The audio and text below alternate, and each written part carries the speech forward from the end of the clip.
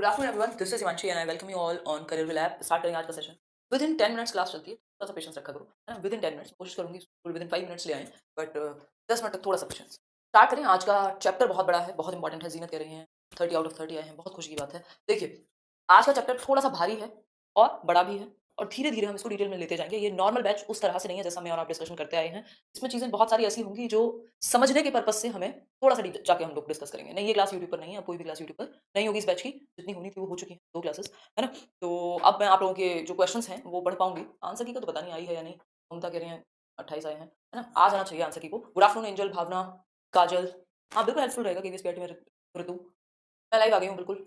Answer की एक आध दिन में आ जाएगी। चलो खैर स्टार्ट करें। आ जाओ, 1-2 मिनट जॉइन कर लो पहले, फिर हम स्टार्ट करेंगे। आप लोगों ने बहुत ही अच्छा सपोर्ट दिखाया है इस बैच में।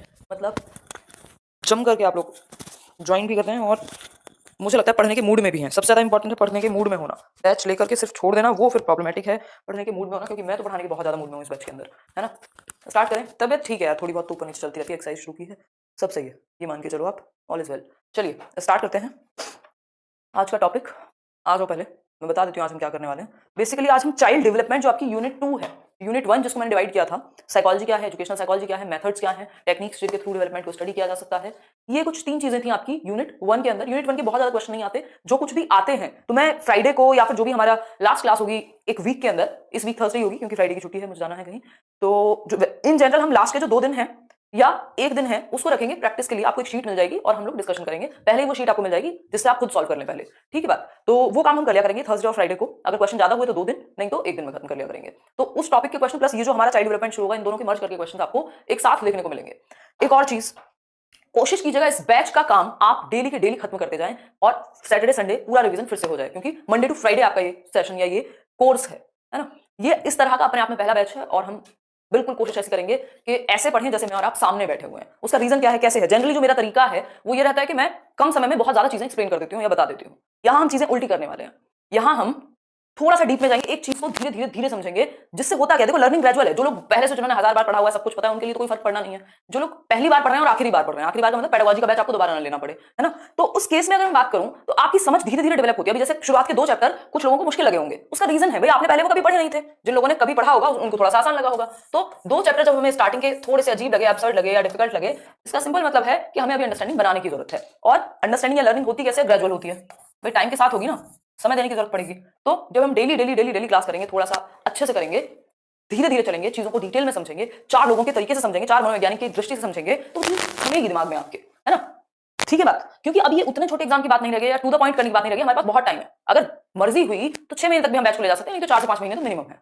ठीक है बात। तो बिल्कुल पेशेंस बना के रखना है, समझनी है पहले चीजें, चाहे एक बार समझो, 2 बार समझो, फिर नोट्स बनाने हैं। साथ के साथ नोट्स भी मत बनाइएगा, आराम से समझते जाओ पहले, क्योंकि हम साथ के साथ लिखते रहते हैं तो ध्यान भटकता है 2-3 जगह पर। ठीक है बात। बहुत बढ़िया शुभम। अभी मैं आप लोगों को कमेंट्स नहीं ले रही हूँ, क्योंकि अगर मैं कमेंट्स लेती रहूंगी बीच बीच में तो दिक्कत है। जहां डाउट की जरूरत पड़ेगी या शुरुआत में और आखिरी में, मैं आपके क्वेश्चन लूंगी। ठीक है बात। वॉइस में प्रॉब्लम है, किसी और को भी लग रहा है क्या ऐसा? बताओ यार एक बार। हाँ, साथ साथ मत लिखो, रिकॉर्डेड रहेगी वीडियो 1 साल तक। दोबारा रिवीजन के टाइम पे लिख लेना, ये दोबारा देखोगे जब एक बार क्लास देखो उसके बाद दोबारा देखो, इससे अच्छा ऑप्शन पहले था कहाँ। वॉइस क्लियर है, ऑल क्लियर। हाँ बता देना अगर कुछ भी दिक्कत लगे, बाकी कोई दिक्कत होती नहीं है सच। ठीक है बात। चलिए फिर स्टार्ट करते हैं। चलिए ओके। अब कमेंट्स सिर्फ काम के लिए जाएंगे इसके बाद। आप ये एक्सपेक्ट मत कीजिएगा कि हजारों लोगों में से सारे कमेंट पढ़ लिए जाएंगे, बट इंपॉर्टेंट चीजें। ठीक है बात। क्लियर है मैम वॉइस? ठीक है, वॉइस क्लियर है ना?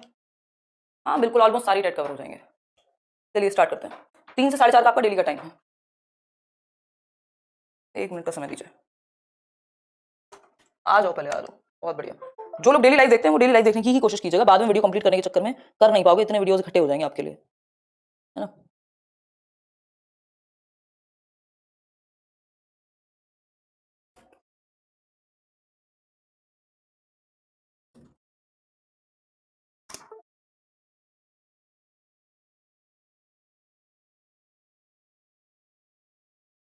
जिनका डे 1 है वो पुराने वीडियोस देख लेना। वैसे इस यूनिट का पुरानी यूनिट से कोई खास संबंध नहीं है, कोई दिक्कत नहीं अगर आप पहली बार यही देख रहे हैं तो।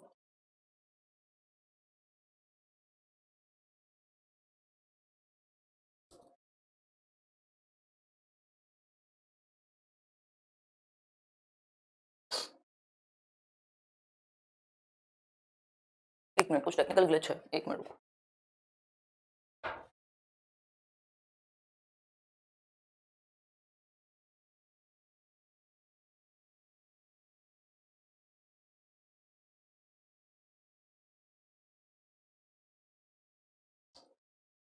राधे राधे प्रियंका।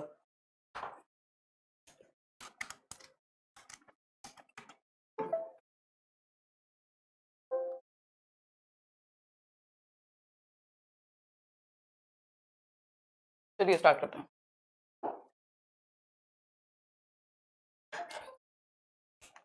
क्वेश्चन शीट मिलेगी आपको, वीकली मिला करेगी। देखिए ये यूनिट 2 मान लीजिए आप इसको। इससे पहले हम एजुकेशनल साइकोलॉजी वाला जो हिस्सा है वो कर चुके हैं। यहाँ से हम बात करेंगे बाल विकास की। अच्छा, एक और चीज में फोकस रखिएगा, नोट्स जो आपको मिलेंगे कुछ दिन में मिलने शुरू हो जाएंगे, वो बाइलिंगुअल होंगे, हिंदी वालों के अलग होंगे, इंग्लिश वालों के अलग होंगे। कुछ चैप्टर्स के नोट्स में पीडीएफ के रूप में दे दूंगी जिससे मैं पढ़ाऊंगी, ठीक। बाकी ज्यादातर नोट्स वैसे रहेंगे। तो नोट्स जब बाइलिंगुअल होंगे तो इस बात को लेकर परेशान मत रहिएगा कि क्या जो लोग इस भरोसे बैठे हैं ना कि नोट्स मिलेंगे कि नहीं, नोट्स को ही अगर आप भगवान मान के बैठे हैं तो दिक्कत हो जाएगी। क्लास आपके दिमाग में जानी चाहिए, वो एक्स्ट्रा में है ये मान के चलो। बाल विकास, तो ये यूनिट है बाल विकास की। चाहे यहां हिंदी में लिखा हो, इंग्लिश में लिखा हो, आपको समझ में आना चाहिए। मेन पर्पस ये है, नहीं तो हिंदी वाले बड़े परेशान रहते हैं। वैसे मैंने बहुत कोशिश की है कि ज्यादातर हिंदी का प्रयोग किया जाए पूरी ही इस बैच में, लेकिन इंग्लिश भी मैं लेकर के चलूंगी तो बाइलिंगुअल रहेगा, ठीक है बात। अब यूनिट 2 है बाल विकास। अब बच्चे का विकास कैसे होगा, डेवलपमेंटल साइकोलॉजी से भी आप इसको जोड़ सकते हैं। क्या है, बच्चे का विकास होगा कैसे। बच्चे ने जन्म ले लिया,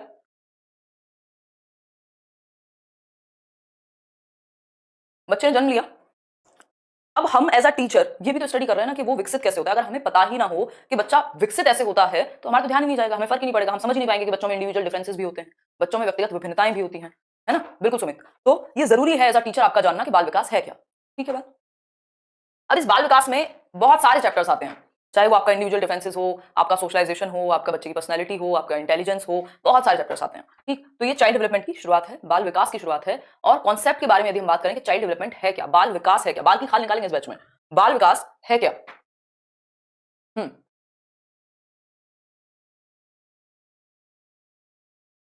अगर हम चाइल्ड डेवलपमेंट के कॉन्सेप्ट की बात करें, जैसे कि आप देख भी पा रहे होंगे, तो चाइल्ड डेवलपमेंट का कॉन्सेप्ट क्या है, संप्रत्यय क्या है, व्हाट इज चाइल्ड डेवलपमेंट, बाल विकास है क्या, आखिर बालक का विकास कह सकते हैं, है ना।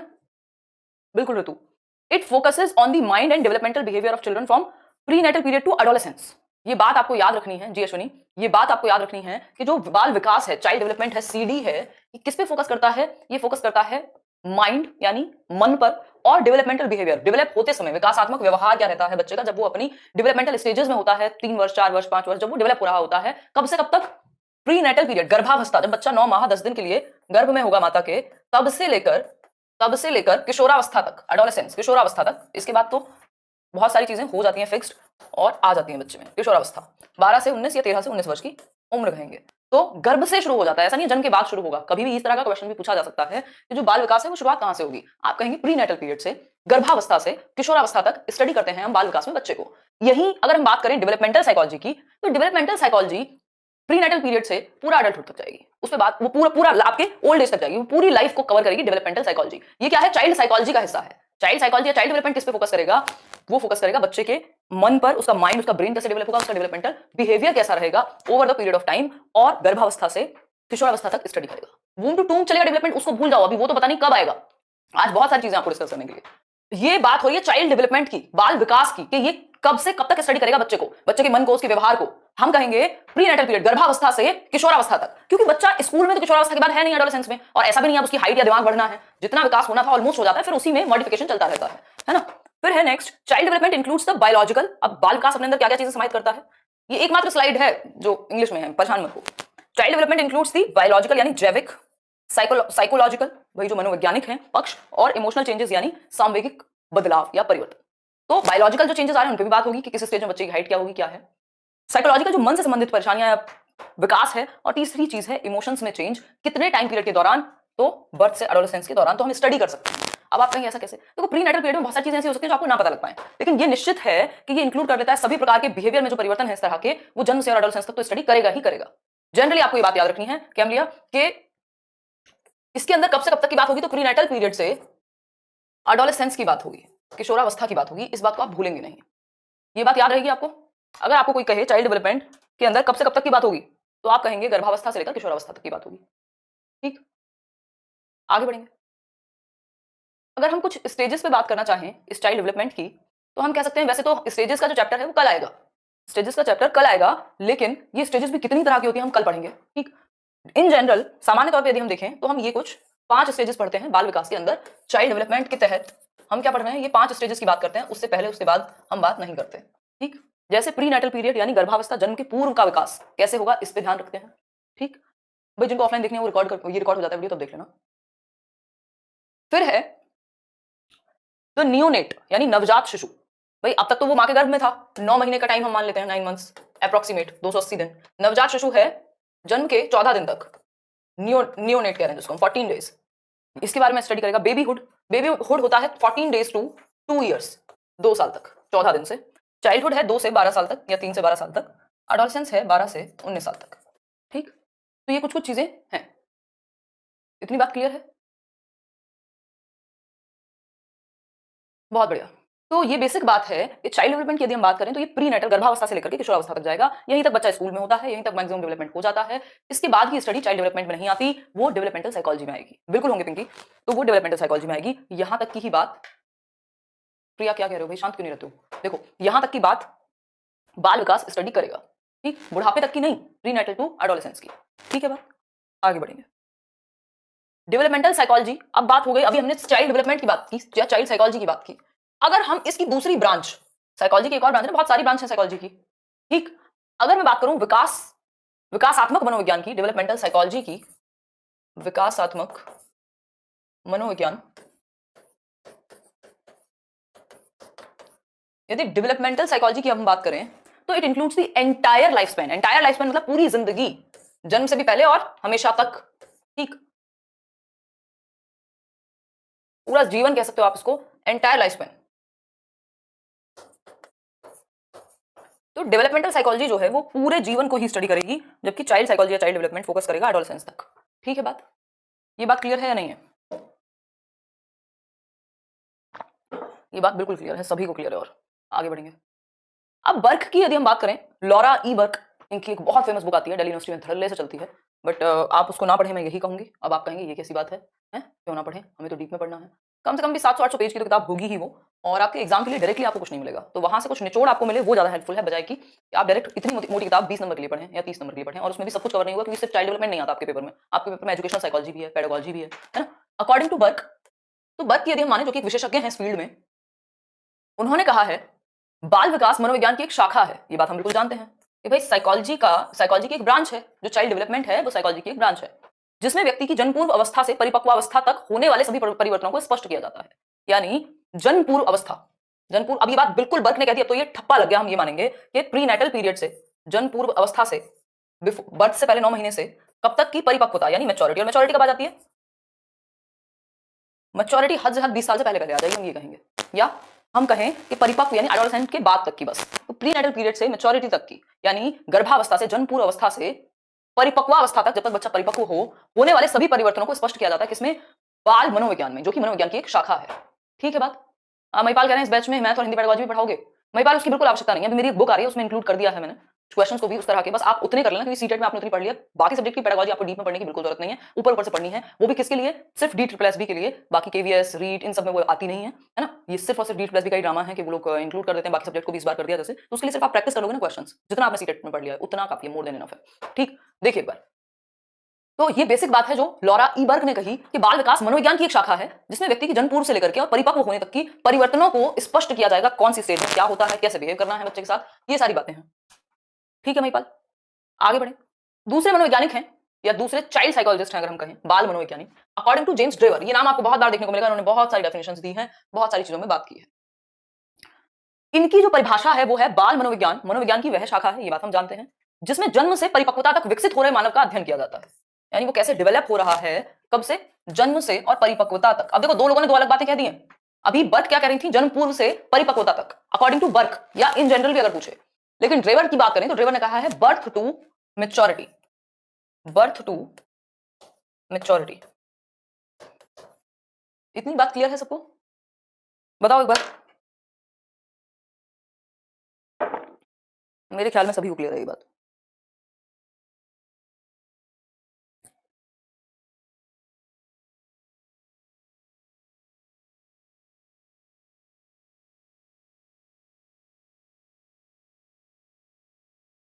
कमेंट शो नहीं हो रहे आप लोगों के।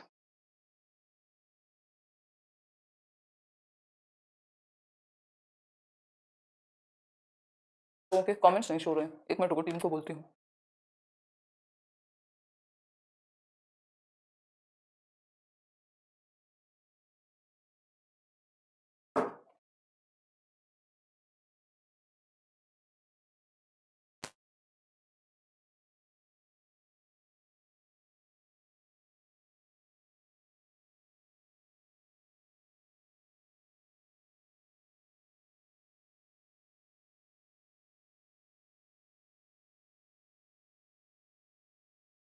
देखिए एक बार, आप लोग तो देख ही पा रहे होंगे, मैं आप लोगों के कमेंट्स नहीं ले पा रही हूँ।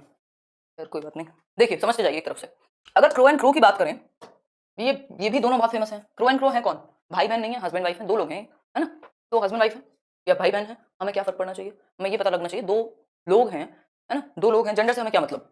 2 लोग हैं, क्रो एंड क्रो, जिन्होंने परिभाषा दी है बाल मनोविज्ञान में, बहुत जरूरी काम किया है ना? बहुत जरूरी काम किया है। बार बार आपने इनको देखा होगा, आपने बीएड रेगुलर की हो या डीएलएड की हो, क्रो एंड क्रो की बहुत सारी परिभाषाएं पूछी जाती थी। बाल मनोविज्ञान वह मनोवैज्ञानिक अध्ययन है जो व्यक्ति के विकास का अध्ययन गर्भकाल के प्रारंभ से, जब से कॉन्सेप्शन पीरियड कहते हैं इसको, गर्भधारण का टाइम, कॉन्सेप्शन टू एडोलेसेंस या किशोरावस्था, यानी जन्म के 9 महीने पहले से 18-19 साल तक आप बच्चे को स्टडी कर रहे हो, यही बाल मनोविज्ञान है as per crow and crow. ये बात क्लियर है सभी को? कोई दिक्कत परेशानी हो तो बता दो, जल्दी बताओ। कोई दुख दर्द नहीं है वो तो बता दो, समाधान निकालेंगे हम। देखो अगर हम बात करें कि ये बाल मनोविज्ञान को बहुत ज्यादा महत्व नहीं दिया जाता था हमेशा से। जब साइकोलॉजी क्या था, दर्शन का हिस्सा था, फिलॉसफी का हिस्सा था, जैसा कि हमने पढ़ा भी था, है ना, स्कूल्स ऑफ साइकोलॉजी वाले वीडियो में या व्हाट इज साइकोलॉजी में। तो बालक के मन को, बालक के विकास को उतना महत्व नहीं दिया जाता था, स्पेशली 15वीं 16वीं शताब्दी की अगर हम बात करें, है ना। लेकिन धीरे धीरे धीरे कुछ लोग आए जिन्होंने इंपॉर्टेंस देनी शुरू की बच्चे के विकास को, उसके मन को, और उनमें से एक व्यक्ति थे जिनको हम कहते हैं 17वीं शताब्दी या 16वीं शताब्दी के अंत में आए, जॉन लॉक, जिन्होंने क्या कहा, बच्चे के मन को, बच्चे के माइंड को टैबुला रासा कहा जॉन लॉक ने। लॉक से याद रखना, उन्होंने कहा खाली स्लेट है, लॉक जो है खाली है, ये कहते हैं जॉन लॉक, है ना। ब्लैंक स्लेट है, बच्चे का जो दिमाग है वो कोरी तख्ती है, कुछ भी लिख दो वो तो खाली पैदा हुआ है ना, कोरी तख्ती है, ऐसा जॉन लॉक कह रहे थे। ठीक है बात, कि बच्चे का जो दिमाग है वो कोरी तख्ती है, बिल्कुल ब्लैंक स्लेट है। अगर 18वीं शताब्दी की हम बात करें, अगर 18वीं शताब्दी की हम बात करें, 18th सेंचुरी की 18वीं शताब्दी में पेस्टोलॉजी, पेस्टोलॉजी नाम आप याद रखिएगा, इंपॉर्टेंट है, पेस्टोलॉजी।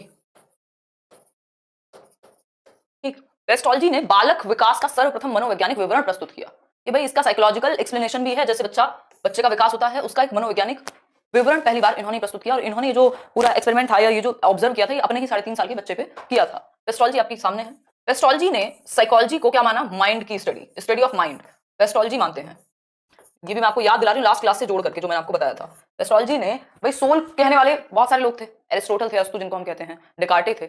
यहाँ पे अगर हम बात करें मन कहने वाले, पेस्टोलॉजी थे, वो कहते हैं कि मन का अध्ययन क्या है, साइकोलॉजी है, मनोविज्ञान है, ऐसा पेस्टोलॉजी मानते हैं। ठीक है, इतनी बात, कोई दिक्कत परेशानी है यहाँ तक? नहीं होनी चाहिए। तो 18th सेंचुरी में इन्होंने बालक विकास का सर्वप्रथम मनोवैज्ञानिक विवरण, यानी बच्चे का जो विकास है वो साइकोलॉजिकली कैसे डेवलप होता है, इस पे बात की। ठीक है बात, आगे बढ़ेंगे। अब ये टॉपिक आपने बहुत बार देखा होगा, इसको भी डीप में लेकर के चलेंगे। चाइल्ड डेवलपमेंट एंड ग्रोथ है क्या, चाइल्ड डेवलपमेंट और ग्रोथ ये देखेंगे, है ना। चाइल्ड डेवलपमेंट और ग्रोथ है कौन सी बीमारी का नाम? भाई बाल विकास एवं वृद्धि, विकास एवं वृद्धि, इन दोनों ही चीजों पे हम बात करेंगे। ठीक, सामान्यतः बोलचाल की भाषा में वृद्धि और विकास शब्द का प्रयोग एक ही अभिप्राय के लिए किया जाता है। हम मानते हैं सेम ही वर्ड है, इंटरचेंजेबली यूज कर लेते हैं कि डेवलपमेंट भी एक है, ग्रोथ भी एक है, दोनों अलग कहाँ हैं। लेकिन इनकी जो संबंध है या इनका जो अपना नेचर है उसमें अंतर है। एग्जैक्ट सेम नहीं कह सकते, कुछ चीजें कॉमन होती हैं, लेकिन हम ये नहीं कह सकते सामान्य बोलचाल की भाषा की तरह कि वृद्धि और विकास एक ही शब्द है। इनमें अंतर पाया जाता है और उस अंतर को ही हम स्टडी करेंगे कि वो अंतर है क्या आखिर वृद्धि और विकास के बीच। ठीक है बात। सेकंड पॉइंट आपको नजर आ रहा होगा, पढ़ पा रहे हैं तो पढ़ के देखिए, अच्छा लगेगा, आपको समझ में आएगा।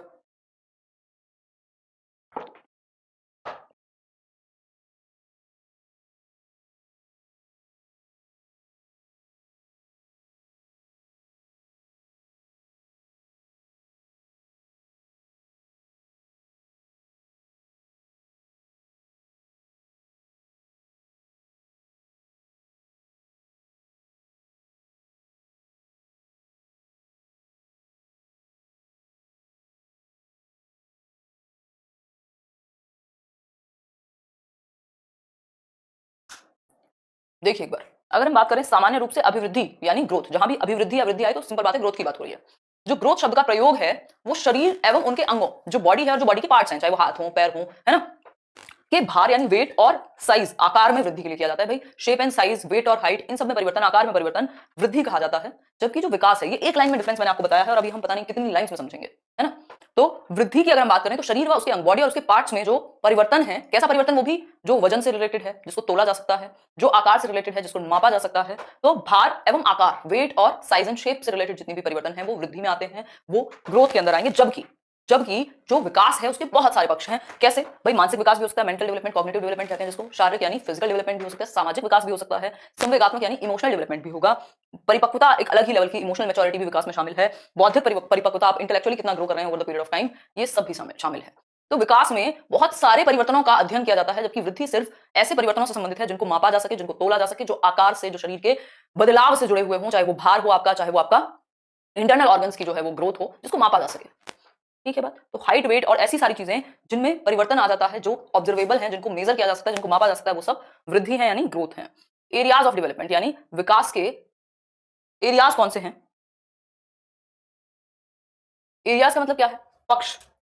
भाई विकास के कौन से क्षेत्र हैं? अगर मैं बात करूं विकास के क्षेत्रों के बारे में, तो विकास के क्षेत्र की यदि हम बात करें यहां, तो हम कह सकते हैं विकास के कई सारे क्षेत्र हैं। अब वो कई सारे कौन से हो सकते हैं? क्योंकि वृद्धि सिर्फ ऐसे शारीरिक परिवर्तनों से संबंधित है जिनको मापा जा सकता है, चाहे वो आपकी हाइट में परिवर्तन हो, चाहे वो आपके वेट में परिवर्तन हो, चाहे आपके बॉडी पार्ट्स का बड़ा या छोटा जो भी होना हो, है ना, वो वृद्धि का हिस्सा है। लेकिन क्योंकि विकास के बहुत सारे एरिया हैं, विकास एक ब्रॉड टर्म है, एक व्यापक टर्म है, ब्रॉड टर्म है, ब्रॉड एरिया है ना, व्यापक है। विकास की जो प्रवृत्ति है वो व्यापक है वृद्धि के मुकाबले। तो हमें यहां पर समझना होगा इसके क्षेत्र कौन से हैं, उसके एरियाज कौन से हैं, पक्ष कौन से हैं।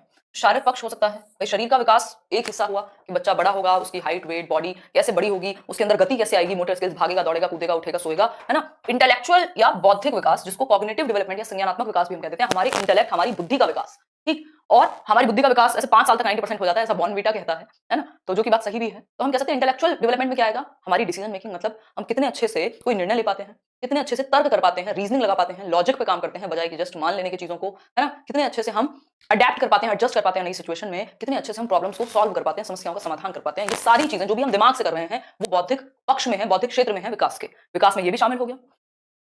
सोशल यानी सामाजिक पक्ष, क्योंकि मनुष्य सामाजिक प्राणी है, तो अकेला तो रहेगा नहीं बॉक्स में बंद होकर के, तो सामाजिक पक्षों का भी उसे ध्यान रखना पड़ेगा, समाज से भी जुड़ना पड़ेगा, पता करना पड़ेगा, समाज के बारे में भी जानना पड़ेगा, खुद को भी अडेप्ट कराना पड़ेगा। तो समाज से रिलेटेड जितनी भी चीजें हैं वो विकसित होंगी। एरिया ऑफ डेवलपमेंट कौन सा? सोशल एरिया ऑफ डेवलपमेंट यानी सामाजिक क्षेत्र विकास का। फिर है इमोशनल। भाई हम ह्यूमंस हैं तो हमारे अंदर इमोशंस भी हैं, जो बहाव जिनका चलता रहता है, ऊपर नीचे जाते रहते हैं, इमोशंस का अच्छा खासा फ्लो है। तो यदि मैं बात करूं इमोशनल डेवलपमेंट की, तो हम अपने इमोशंस के प्रति अवेयर हो, हमें पता हो। क्या कह रहे हो कंचन? अच्छा, क्या खा रहे हैं? हाँ यार, चाय थी। देखो एक बार अगर हम बात करें तो हमें पता हो, क्या पता हो कि हमारे इमोशंस कैसे काम कर रहे हैं, हम कैसा फील कर रहे हैं, उनको कंट्रोल कर पाए, दूसरे के इमोशंस को समझ पाए। शिवम कह रहे हैं कि इंटेलेक्चुअल डेवलपमेंट को समझा दीजिए। अगर हम बात करें, कोई तो दुखी हो गया भाई, कई लोग तो हिंदी और इंग्लिश में अटके रहेंगे, कई लोग हिंदी इंग्लिश में अटके रहेंगे। मेरी कोशिश रहेगी कि मैं चीजें बाइलिंगुअल बता पाऊं आपको, और मैं लिख करके बताती भी हूं। लेकिन जो लोग हिंदी और इंग्लिश पे अटके हुए हैं उनका कुछ नहीं हो सकता। मैंने आपको कह दिया, नोट्स आपको इंग्लिश में भी मिलेंगे, समझ में ना आ रहा हो तो बता दो मुझे, फिर मैं आपको डबल समझा दूंगी। इंटेलेक्चुअल की यदि हम बात करें, जितनी भी मेंटल स्किल्स हैं आपकी, जितनी भी मानसिक क्षमताएं हैं, चाहे वो सोचने की क्षमता हो, चाहे वो तर्क करने की यानी थिंकिंग हो, रीजनिंग हो, प्रॉब्लम सॉल्विंग हो, अडेप्ट करना हो, ठीक है बात, ये सारे एरियाज हैं। ये टाइप्स नहीं है, मैं टाइप्स नहीं लिखा अभी यहाँ पे, है ना, मैंने अभी टाइप नहीं लिखा है। टाइप की या ब्रॉड डोमेन्स की बात करें तो क्या होगा? बिल्कुल यादव, तो क्या होगा? सिर्फ 4 ब्रॉड डोमेन्स हैं, उनकी बात हमने सैकड़ों बार की है और अभी फिर से करने वाले हैं। तो पेशेंस रखो, ये जिम्मेदारी मेरे ऊपर छोड़ो कि कैसे डिस्कशन करना है, फ्री होकर पढ़ते जाओ। ठीक, देखो फिर आता है मॉरल डेवलपमेंट। मॉरल डेवलपमेंट क्या है? भाई नैतिकता भी तो होनी चाहिए। ठीक, बाइलिंगुअल चलेंगे, नैतिकता होनी चाहिए यानी मॉरलिटी होनी चाहिए, हम सही को सही, गलत को गलत समझ पाएं, उसमें अंतर कर पाएं, और हमारे कुछ प्रिंसिपल्स हों जीने के। ऐसा नहीं है आज यहाँ कल वहां, और हमारे अंदर ना कोई सच बोलने की क्षमता है, ना हमारे अंदर कोई मॉरल्स हैं, ना कोई आइडियल्स हैं, कुछ नहीं है, तो मजा नहीं आएगा। तो मॉरल्स भी जरूरी है। अब ये जो सोशल इससे ही जुड़े हुए हैं, सोशल डेवलपमेंट के एरिया से ही मॉरल डेवलपमेंट, और इंटेलेक्चुअल डेवलपमेंट से जुड़ी हुई होती है आपकी लैंग्वेज डेवलपमेंट। तो कुल मिला के ऐसा देखा जाए तो बहुत सारे एरियाज हो सकते हैं। भाई कुल मिला के ऐसे देखें तो बहुत सारे एरियाज हो सकते हैं। ठीक है बात। तो शारीरिक पक्ष भी हुआ, बौद्धिक पक्ष भी हुआ, जिसमें भाषा भी आएगी, जिसमें आपका समस्या समाधान भी आएगा, जिसमें सारी चीजें आएंगी। सोशल की यदि हम बात करें, समाज में रहते हैं, सामाजिक अडेप्टेबिलिटी आएगी। इमोशनल डेवलपमेंट की यदि हम बात करें तो इमोशंस की यदि हम बात करें प्रिया, तो इमोशंस के प्रति अवेयर होना, उनको जानना, अपने और सामने वाले दोनों के इमोशंस को समझना। हाँ, इंटेलेक्चुअल और कॉग्निटिव समवॉट सेम होते हैं, शब्द बदल के यूज किया जा सकता है। मॉरल्स मतलब हम समाज में रहते हैं, सही और गलत का हमें पता हो, है ना, सही और गलत का पता हो। ठीक है रिश्ता, तो ये एरियाज हैं, इसमें और भी 2-4 एरियाज हैं, कोई दिक्कत नहीं है। लेकिन देखो स्पिरिचुअल डोमेन कोई नहीं होता, स्पिरिचुअल कोई नहीं होता, साइकोलॉजिकल एक बार को कहेगा समझ में आएगा। तो ये एरियाज हुए। अब ये तो कितने भी हो सकते हैं, ये तो मैंने आपको 4-5 एग्जांपल दे दिए, but major kinds of development या फिर ब्रॉड डोमेन्स ऑफ डेवलपमेंट या विकास के मेजर या बड़े पक्ष या मुख्य प्रकार यदि पूछ ले कितने टाइप का है ब्रॉडली, तो आप कहेंगे सिर्फ 4, ओनली 4 मेजर या broad domains of development. Broad domains क्योंकि उसका रीजन है ना, जो लैंग्वेज है वो कॉग्निशन में आ जाती है, जो सोशल डेवलपमेंट है उसके अंदर मॉरल डेवलपमेंट आ जाता है, तो बचते तो सिर्फ 4 ही हैं। ठीक है अमित, बचते तो सिर्फ 4 ही हैं, क्योंकि जो आपका मॉरल डेवलपमेंट है वो सोशल में चला जाएगा, जो लैंग्वेज डेवलपमेंट है वो कॉग्निशन में चला जाएगा, सिंपल है, इंटेलेक्चुअल में चला जाएगा। अभी आप याद कैसे रखेंगे, पीसीएसई, पीसीएस तो हम सबको पता है, एग्जाम्स होते हैं पीसीएस के, यूपी पीसीएस हुआ और भी अलग अलग जगह पर। ठीक, तो अगर हम बात करें यहां तो पीसीएसई ऐसे याद रख लेंगे, पीसीएसई आराम से याद रख लोगे। 4 ही प्रकार हैं, ब्रॉड डोमेन्स जो है वो सिर्फ 4 हैं। अगर टाइप्स पूछेगा तो आप कहेंगे 4 ओनली। ठीक है श्वेता, देखिए सुधा, अगर हम बात करें फिजिकल की, तो फिजिकल डेवलपमेंट या शारीरिक विकास क्या है, देखो पढ़ने पे फोकस करो, बड़ा बैच है ये, मजे में फोकस करोगे दिक्कत आएगी। फिजिकल डेवलपमेंट या शारीरिक विकास की यदि हम बात करें तो हमारा शरीर लगभग हर एक तरीके से डेवलप होता है, ये बात हमें पता है। शरीर देख पा रहे हैं आप, हाइट, वेट, साइज, शेप, इन सब से लेकर के इससे जुड़ा हुआ है मोटर डेवलपमेंट, गतिक विकास। आपकी चीजें करने में, गति में जो है वो एबिलिटी आए, वो ताकत आए। आप जब दौड़ रहे हैं तो दौड़ पा रहे हैं अच्छे से, कूद रहे हैं तो कूद पा रहे हैं अच्छे से, है ना। ये सारी चीजें किससे जुड़ी हुई हैं, फिजिकल डेवलपमेंट से, मोटर डेवलपमेंट जुड़ा हुआ है। फिर है कॉग्निटिव डेवलपमेंट। कॉग्निटिव डेवलपमेंट क्या है, हमारे संज्ञान, हमारे दिमाग, नहीं मॉरल्स और एथिक्स एक बात नहीं है। अगर हम बात करें संज्ञान की, तो जितनी भी मानसिक क्षमताएं हैं, जितनी भी मानसिक क्षमताएं हैं एमडी, वो सब कॉग्निटिव डेवलपमेंट से जुड़ी हुई हैं। जैसे भी आप नॉलेज का निर्माण करते हैं वो सब कॉग्निटिव डेवलपमेंट से जुड़ा हुआ है, चाहे वो थिंकिंग हो, रीजनिंग हो, है ना, ये सब किससे जुड़े हुए हैं, कॉग्निटिव से। ठीक, क्लियर, चाहे लैंग्वेज हो, भाषा हो। फिर चलेंगे नेक्स्ट सोशल पर। सोशल मतलब सामाजिक विकास, इस समाज के प्रति आप अडेप्ट कर पाए, रह पाए चैन से, ये सामाजिक विकास हुआ, इसमें मॉरल डेवलपमेंट आल्सो इंक्लूडेड। ठीक, जेनेटिक विकास है। सोशल और इमोशनल आपस में जुड़े हुए तो खैर 4 ही हैं। इमोशनल डेवलपमेंट यानी अपने संवेगों से जुड़ी हुई चीजें। ठीक, यार एरिया है कि मतलब इतने सारे पक्ष हो सकते हैं, मेजर काइंड्स या मेजर एरियाज या मेजर डोमेन्स या ब्रॉड डोमेन्स, ब्रॉड टाइप्स जो है डेवलपमेंट के वो लिमिटेड हैं, बाकी इसी से जुड़े हुए हैं, बाकी इन 4 से ही बने हैं। अगर मैं लैंग्वेज डेवलपमेंट मैंने लास्ट स्लाइड में अलग लिख दिया तो क्या हुआ भाई, ये तो कॉग्निटिव से जुड़ा हुआ था, क्या बात हो गई इसमें। ठीक, अगर मैं सोशल की बात करूं तो इसमें मॉरल डेवलपमेंट आ जाता है, तो अलग से अलग नहीं है, वो ब्रॉड नहीं है, वो मेन थीम नहीं है। जैसे ईवीएस में थीम्स पढ़ते हो ना, तो वो मेन थीम नहीं है, ये इन्हीं के अंदर इंक्लूड हो जाएंगे। तो इसलिए ये बड़े 4 थीम्स हैं, ये 4 थीम्स हैं, ये 4 टाइप्स हैं अगर बात करूं डेवलपमेंट की। ठीक है बात, मोनो टाइम पर ही चलता है बैच, आप चाहें तो रिकॉर्डेड देख सकते हैं। आगे बढ़ेंगे, अगर हम बात करें मेजर काइंड्स ऑफ डेवलपमेंट की, तो ये सिंपल है कि ब्रॉड डोमेन्स की बात की जाएगी तो आप पीसीएसई ये 4 चीजें याद रखेंगे, है ना। और अगर बायोलॉजिकल पक्ष से जोड़ेगा तो फिजिकल को जोड़ेगा। कई बार भाषा बदल देता है पेपर में और आप रट के जाएंगे तो कोई समाधान नहीं है रटने वाले व्यक्ति का। ठीक, थोड़ा सा अडेप्ट करना सीखिए। अगर हम बात करें, अभी तो हुआ नहीं आकाश, मैं ऐसी कर भी नहीं रही हूँ, बस हो जाए 2-4 दिन में, थोड़ी बहुत इस चीज पे फोकस है। तो ये एरियाज हैं, इनमें तो और 4 ऐड कर दो, लेकिन ब्रॉड डोमेन्स या ब्रॉड टाइप्स आपसे पूछेगा तो आप सिर्फ ये 4 का नाम देंगे, फिजिकल, कॉग्निटिव, सोशल और इमोशनल। ठीक, अब हम समझ लेते हैं फिजिकल क्या है, शारीरिक पक्ष है क्या। भाई डेवलपमेंट की टाइप्स की बात कर रहे हैं ना, देखो फिजिकल डेवलपमेंट यानी शारीरिक विकास है क्या, ये वो परिवर्तन है, the changes in size, shape and physical maturity. मतलब ऐसे परिवर्तन जो आपके साइज में, आकार में परिवर्तन, आकार में होने वाले परिवर्तन, आपकी शेप, ढांचा कह लीजिए, बनावट कह लीजिए इसको आप, है ना, और फिजिकल मैच्योरिटी। फिजिकल मैच्योरिटी का मतलब क्या है, परिपक्वता। फिजिकली भाई आपकी बॉडी में स्ट्रेंथ आ गई, हाथ तो बचपन से थे बट क्या 2 किलो वजन भी उठा पाते थे, नहीं उठा पाते थे, तो मैच्योरिटी आ गई, फिजिकल मैच्योरिटी आ गई। तो body including physical abilities and coordination, अब इनका समन्वयन भी है, इनका समन्वयन भी है, मतलब इनका कोऑर्डिनेशन, ये एक साथ मिलकर काम करें, गति से काम कर पाए, मोटर डेवलपमेंट कहते हैं उसको। तो फिजिकल डेवलपमेंट के तहत आपके फिजिकल चेंजेस, शारीरिक परिवर्तन, चाहे वो साइज में हो, शेप में हो, फिजिकली मैच्योर होने में हो, स्ट्रेंथ में हो, कोऑर्डिनेशन में हो, यानी समन्वयन में हो, एक साथ आप कोऑर्डिनेट कर पाए। कैसे कोऑर्डिनेशन होता है फिजिकल कोऑर्डिनेशन, आप बैडमिंटन खेल रहे हैं और आप देख रहे हैं जो आपकी वो शटल है वो सामने से आएगी तो आप हाथ कहां रखेंगे, दिस इज कोऑर्डिनेशन। ये आपके शारीरिक जितने भी अंग हैं वो एक साथ मिलकर काम कर रहे हैं, कोऑर्डिनेट कर रहे हैं, समन्वयन कर रहे हैं, एक साथ काम कर रहे हैं, दिस इज कोऑर्डिनेशन। ठीक है बात, बिल्कुल। अगर हम बात करें तो मोटर डेवलपमेंट यानी गतिक विकास, गतिक विकास की यदि हम बात करें तो ये फिजिकल डेवलपमेंट से जुड़ा हुआ है ना।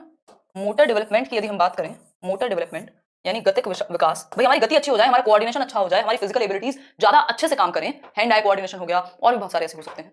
ठीक, तो मोटर डेवलपमेंट की यदि हम बात करें तो ये भी 2 प्रकार के हैं, एक है ग्रॉस मोटर स्किल्स यानी स्थूल गतिक कौशल, दूसरे हैं फाइन मोटर स्किल्स। ग्रॉस मतलब स्थूल गतिक कौशल और फाइन मतलब सूक्ष्म गतिक कौशल, सूक्ष्म गतिक कौशल। ठीक, अब ग्रॉस टू फाइन जाता है, इसकी दिशा कौन सी है, इसकी दिशा कौन सी है, साइकोमोटर का मतलब वही है आपका दिमाग और आपकी फिजिकल एक्टिविटीज दोनों साथ में चल रही हो, बिल्कुल बिल्कुल शालिनी, ये जो चारों विकास के प्रकार हमने पढ़े ना, पीसीएसई, फिजिकल, कॉग्निटिव, सोशल और इमोशनल, ये आपस में जुड़े हुए हैं, यानी एकीकृत हैं, इंटीग्रेटेड हैं और एक दूसरे को प्रभावित भी करते हैं। कैसे प्रभावित करेंगे? अगर बच्चे का मानसिक विकास अच्छे से नहीं हुआ तो बाकी पक्षों में भी उसे दिक्कत आएगी, उसको आगे मैच्योरिटी में भी दिक्कत आएगी। अगर शारीरिक रूप से आप किसी भी तरह से जूझ रहे हैं तो वो आपके बाकी पक्षों को भी प्रभावित करेगा। जिस दिन आपको बुखार है, आप परेशान हैं, है ना, उस दिन आपका दिमाग भी ठीक से काम नहीं करता। मतलब यदि विकास के एक पक्ष में प्रॉब्लम है तो बाकी पक्षों को प्रभावित करेगा, बाकी प्रकार को प्रभावित कर सकता है। इसी को हम इंटीग्रेटेड या एकीकृत कहते हैं कि सारे पक्ष जुड़े हुए हैं, इंटर रिलेटेड हैं और इंटीग्रेटेड हैं। ठीक, इंटर रिलेटेड हैं ये कह सकते हैं हम, और एक दूसरे को प्रभावित करते हैं। विकास के चारों पक्ष या सभी पक्ष लिख सकते हो आप चाहो तो, कहीं नोट डाल करके, कहीं नोट डाल करके ये बात लिख भी लो, है ना, कि विकास के सभी पक्ष एक दूसरे से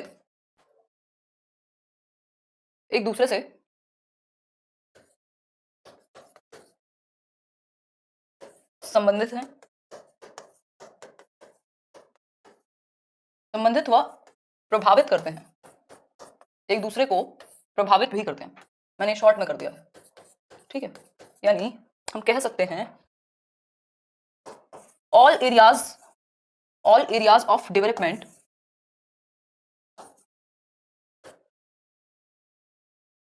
आर इंटररिलेटेड, क्या है, एक दूसरे को प्रभावित करते हैं, एंड अफेक्ट्स ईच अदर। तो जरूरी है कि विकास के सारे पक्ष अच्छे से डेवलप हों। यदि एक पक्ष में भी कमी रह गई तो वो दिक्कत देगा। यूट्यूब पर क्वेश्चन 9:30 बजे चलते हैं, ठीक। नेक्स्ट वीक से शायद आपको नोट्स मिलेंगे, नेक्स्ट मंडे से। आर इंटर रिलेटेड, उससे पहले क्वेश्चन की शीट मिल जाएगी। Are interrelated and affects each other, तो विकास के जितने भी प्रकार हैं वो आपस में जुड़े हुए हैं और एक दूसरे को प्रभावित करते हैं। क्या करते हैं? प्रभावित करते हैं। ये बात सही है या नहीं जी ऋतु? इतनी बात क्लियर है या नहीं? उर्वी देखिए आपका कमेंट, ये बात सबको क्लियर है? और ये कौन सी चीजें थी? पीसीएसई, फिजिकल, कॉग्निटिव, सोशल और इमोशनल, शारीरिक, संज्ञानात्मक, सामाजिक व सामवेगिक। ठीक है बात इतनी? ये बात क्लियर है कि नहीं? क्लियर है ना? लिखो क्लियर है, तभी आगे बढ़ेंगे। हाँ पूछो पूछो रवि, डाउट पूछो। आधे लोग तो इसी समस्या में रह जाते हैं कि हिंदी में लिखा कि इंग्लिश में लिखा, उनके पास डाउट नहीं है। बताइए, नोट्स का मतलब होता है कंसाइज वे में, छोटे रूप में बात पूरी कह दी जाए, वैसे नोट्स आपको मिलेंगे। देखिए, अगर आप अपने नोट्स बनाते हैं तो उससे बेहतर तो दुनिया में कोई और चीज नहीं है। उनको बस एक बार रीड कर लीजिएगा, ठीक है बात? डाउट तो पूछो। ग्रॉस एंड फाइन पे तो अभी आ रहे हैं। सैटरडे संडे को ऑफ होती है क्लास, मंडे टू फ्राइडे चलती है। चलिए, अगर हम बात करें शारीरिक विकास की या फिजिकल डेवलपमेंट की, तो हमने अभी बात की थी कि क्या क्या बॉडीली चेंजेस होते हैं इसमें, और ये ग्रॉस टू फाइन जाता है, यानी इसका हिस्सा है मोटर डेवलपमेंट, गतिक विकास। मोटर डेवलपमेंट यानी गतिक विकास। भाई हाथ पैर तो बचपन से होते हैं, क्या उनमें गति है? क्या उनमें क्षमता, उनमें स्ट्रेंथ है? क्या उनके अंदर कोऑर्डिनेशन है ना? तो ये जो स्ट्रेंथ का डेवलप होना है, बहुत बढ़िया प्रियंका। ये जो देखो, इसी बैच में से कुछ लोग या बहुत सारे लोग होंगे, अगर मेहनत की आपने, जो क्रैक करके लेके जाएंगे, एग्जाम उनका रुकेगा नहीं। और इसी में से कुछ लोग होंगे जो मुश्किल से 4 सेशन देखेंगे या सिर्फ ऐसे देखेंगे जैसे कोई मूवी देख रहे हो, तो उनका तो कुछ होना नहीं है, ठीक। अगर हम बात करें तो मोटर डेवलपमेंट यानी गतिक विकास, आपको कहां आना है ये आप खुद डिसाइड करेंगे। सारे टीचर्स अच्छा पढ़ाते हैं, आप पढ़ के समझ पाते हैं, यानी आप मेहनत कर पा रहे हैं, यानी सेल्फ स्टडी आपकी जगह कोई नहीं कर सकता। बुक के लिए रुक जाइए, अभी नई बुक्स आएंगी, 3-4 बुक्स आएंगी, एक क्वेश्चंस की भी काफी अच्छी किताब आएगी। मोटर डेवलपमेंट यानी गतिक विकास या स्ट्रेंथ का डेवलप होना। भाई मेरे हाथ पैर पहले भी थे, लेकिन अब मैं जंप कर पाता हूं बहुत अच्छा, अब मैं क्रिकेट खेल लेता हूं, बहुत दूर तक बॉल जाती है। ये क्या है? गति का विकास है, ये हमारे स्ट्रेंथ में विकास है, ये हमारा मोटर डेवलपमेंट है, ये हमारी गति में डेवलपमेंट है, ठीक। ठीक होगी बात? अगर हम बात करें फाइन और ग्रॉस मोटर की, तो इसकी जो दिशा है वो ग्रॉस टू फाइन जाती है। ये बात याद रखिएगा, पहले स्थूल गतिक कौशल जो बड़ी मसल्स हैं वो काम में आती हैं, बाद में छोटी मसल का प्रयोग होता है। तो ग्रॉस मोटर स्किल्स कौन सी हैं? ग्रॉस मतलब स्थूल, बड़ी मांसपेशियों का एक साथ आकर के काम करना। जैसे, नहीं अखिलेश, जैसे larger movements your baby makes with his arms. तो जो आपकी आर्म्स की, ये जो बाहों की मसल है, ये बड़ी बड़ी मांसपेशी है ना। आपके आर्म्स हुए, आपकी लेग्स हुई, है ना, लेग्स की मसल हुई, वही दौड़ने में काम आएगा। आर्म्स की मसल हुई, जो आपके पैर हैं उनकी मसल्स हुई, या फिर लगभग पूरी बॉडी में, ठीक, थाई मसल और ये सारी चीजें इसी में आएंगी। क्यों? क्योंकि जब आप कूद रहे हैं तो बड़ी मसल का प्रयोग कर रहे हैं, ये और नीचे वाले हिस्से का, ठीक। तो जब आप बड़ी मसल का प्रयोग करें तो वो ग्रॉस मोटर स्किल्स में है। जैसे एग्जांपल लिखना चाहें आप तो हम कह सकते हैं कि जंपिंग, भाई जंप करना किसमें आएगा? रनिंग, ये सब बड़ी मसल्स का प्रयोग है, ग्रॉस मोटर स्किल्स, ठीक। हॉपिंग, वो जो रस्सी कूदते हैं आप, ये सब कहाँ आएंगे? बड़ी मसल में आएंगे। जी जीनत, अगर हम बात करें फाइन मोटर स्किल्स की, यानी सूक्ष्म गतिक कौशल की, तो इस सूक्ष्म गतिक कौशल में छोटी छोटी मसल्स, छोटी छोटी मांसपेशियों का समन्वय है, कोऑर्डिनेशन है। कैसे? जो मूवमेंट्स हम करते हैं छोटे छोटे, जिनमें हमारी आंखों का और हमारी फिंगर्स की मसल का कोऑर्डिनेशन चाहिए, सिंक्रोनाइजेशन चाहिए, एक साथ मिलकर के चलें, वो कहलाएंगी हमारी फाइन मोटर स्किल्स। जैसे आप सिलाई, बुनाई, कढ़ाई, इन सब में छोटी छोटी हाथ की और आंखों की मसल का ज्यादा प्रयोग है ना। चाहे वो लिखना हो, राइटिंग हो, ड्राइंग हो, पेंटिंग हो, आंखों में काजल लगाना हो, वो सब क्या है, आपकी फाइन मोटर स्किल्स हैं। जो छोटी मांसपेशियां हैं उनका कोऑर्डिनेशन है, उनका आयुष क्या है, समन्वयन है। ठीक, चाहे वो बुनाई हो, कढ़ाई हो, सिलाई हो, ड्राइंग हो, पेंटिंग हो, ये सारी चीजें किसमें आएंगी, फाइन मोटर स्किल्स में आएंगी। आईलाइनर लगाना हो, बिल्कुल, है ना, चित्र बनाना हो। जी निशत, क्वेश्चन शीट देखो, यहाँ नोट्स का सेक्शन है करियर लैब पे ही, वहां मिलनी शुरू हो जाएंगे आपको, कोई दिक्कत मत लो। अच्छा, ये डेली चलेगी क्लास आपकी, मंडे टू फ्राइडे 3 बजे से 4:30 बजे तक। कब पकड़ना हो, बिल्कुल, है ना, ट्रे लेके जाना हो, ऐसे शादी में लोग देखने आए हो तो, मजाक कर रही हूँ। ठीक, अगर हम बात करें gross and fine motor skills की, तो इसको थोड़ा सा और डिटेल में समझ लेते हैं। अगर मैं बात करूं ग्रॉस मोटर स्किल्स की, देखो, अगर बात की जाए ग्रॉस मोटर स्किल्स की, भाई एक है ग्रॉस मोटर स्किल्स और दूसरी तरफ है हमारी फाइन मोटर स्किल्स। दिशा क्या रहेगी इनकी, इनकी दिशा रहेगी ग्रॉस टू फाइन। यानी अगर आपसे कोई पूछे तो पहले बड़ी मांसपेशियों का विकास होगा, स्थूल गतिक कौशल, और ये है सूक्ष्म गतिक कौशल। समझने में फोकस रखिए, वही इंपॉर्टेंट है। काम दिमाग में सिर्फ, काम पेपर में सिर्फ आपका दिमाग आएगा जो आपने यहां भरा होगा, है ना। तो हम कह सकते हैं कि यहां जितनी भी चीजें हैं, चाहे वो बुनाई हो यानी निटिंग हो, ठीक, इसके अलावा अगर हम बात करें बुनाई, कढ़ाई, वीविंग जिसको हम कह रहे हैं, सिलाई हो, राइटिंग हो, पेंटिंग हो, जब भी आपकी छोटी मांसपेशियों का समन्वयन की जरूरत पड़ेगी तो उसमें यही सब आएंगे। चाहे वो आपका आईलाइनर लगाना हो, एग्जांपल के लिए, हंसी मजाक के लिए याद रख सकते हो, है ना भाई, जब लड़कियां जनरली आईलाइनर लगाती हैं तो क्या होगा भाई, पूरा ध्यान रखेंगे छोटी मसल जरा सा भी इधर से उधर ना चला जाए, है ना भाई। कुकिंग में जब आप वो स्प्रिंकल कर रहे हैं ना नमक और वो, तब तो फाइन मोटर है, बाकी तो जनरली ग्रॉस मोटर स्किल्स का इस्तेमाल है। ठीक, जब क्रिकेट मैच में जो बॉलर है वो ऐसे स्विंग करता है तो उसमें फाइन मोटर है, लेकिन जब वो पूरी मांसपेशी घुमा के ऐसे बॉल डालता है वो ग्रॉस मोटर स्किल है। इतना तो दिमाग आप लगा लेंगे। ठीक, अगर हम बात करें ग्रॉस मोटर स्किल्स की, तो इसमें बड़ी मसल, लार्ज मसल का प्रयोग है यहाँ। लार्ज मसल यानी बड़ी मांसपेशियां, और ये है आपका सूक्ष्म मांसपेशियां यानी छोटी, स्मॉल मसल का कोऑर्डिनेशन। अब चाहे वो आंखों की हो, चाहे वो हाथों की हो। और यहां पर अगर हम बात करें तो ये पोछा लगाना ग्रॉस मोटर स्किल की है, उसमें कोई बहुत ज्यादा फाइन आप इतना इतना सा नहीं निकालते हैं। ठीक, अगर हम बात करें लार्ज मसल की या बड़ी मसल की कोऑर्डिनेशन की, तो यहाँ पे आपका रनिंग, भागना, इसमें आपकी बड़ी मसल यूज हो रही है ना, चाहे वो आपकी थाई मसल हो, लेग्स की हो, आपकी ये आर्म्स हो, भुजाएं, और आप दौड़ रहे हैं। ठीक, अगर हम बात करें तो रनिंग हुआ, जंपिंग हुआ। इसके अलावा अगर हम बात करें हॉपिंग, रस्सी कूदना, ठीक, क्रिकेट खेलना, ये सब क्या है, आपके ग्रॉस मोटर स्किल्स हैं। बड़ी मसल्स का कोऑर्डिनेशन चाहिए। और इसकी दिशा क्या है, अगर आपसे कोई पूछे तो आप कहेंगे ग्रॉस टू फाइन जाते हैं। जी, ग्रॉस टू फाइन जाते हैं, स्थूल से फाइन मोटर स्किल की तरफ। पहले बच्चा क्या करता है, आप उसको कुछ भी दो, वो ऐसे बड़े बड़े हाथों से ऐसे करेगा, है ना, या पूरी बॉडी के साथ ही चलने की कोशिश करेगा। धीरे धीरे फाइन मोटर स्किल्स, आप जानते हैं बच्चे का जो हाथ है दूध पकड़ना है वो पहले शुरू हो जाता है, बजाय कि उसके लिखना सीखने के। क्यों? क्योंकि क्या होगा, लिखना सीखने के लिए फाइन मोटर स्किल्स, छोटी मसल्स का कोऑर्डिनेशन जरूरी है, वो धीरे धीरे धीरे आता है ना। अगर हम बात करें तो लिखना सीखने के लिए या फाइन मोटर स्किल्स के डेवलपमेंट के लिए क्ले मिट्टी का कई बार लोग यूज कराते हैं। अगर हम बात करें गांव की, तो वहां पर मिट्टी के बर्तन बनाते हैं बच्चे, वो सब किसमें है, वो फाइन मोटर स्किल्स में है। फाइन मोटर स्किल, लाफिंग किसी में नहीं आएगा, वैसे फाइन में आएगा अगर आएगा तो। देखो, अगर हम बात करें तो fine motor skills, gross motor तो हो जाएंगी बड़ी बड़ी एक्टिविटी करके, बट फाइन मोटर स्किल्स को अच्छा कराने के लिए, फाइन मोटर स्किल्स यानी सूक्ष्म गतिक कौशलों को बेहतर कराने के लिए, सूक्ष्म गतिक कौशलों को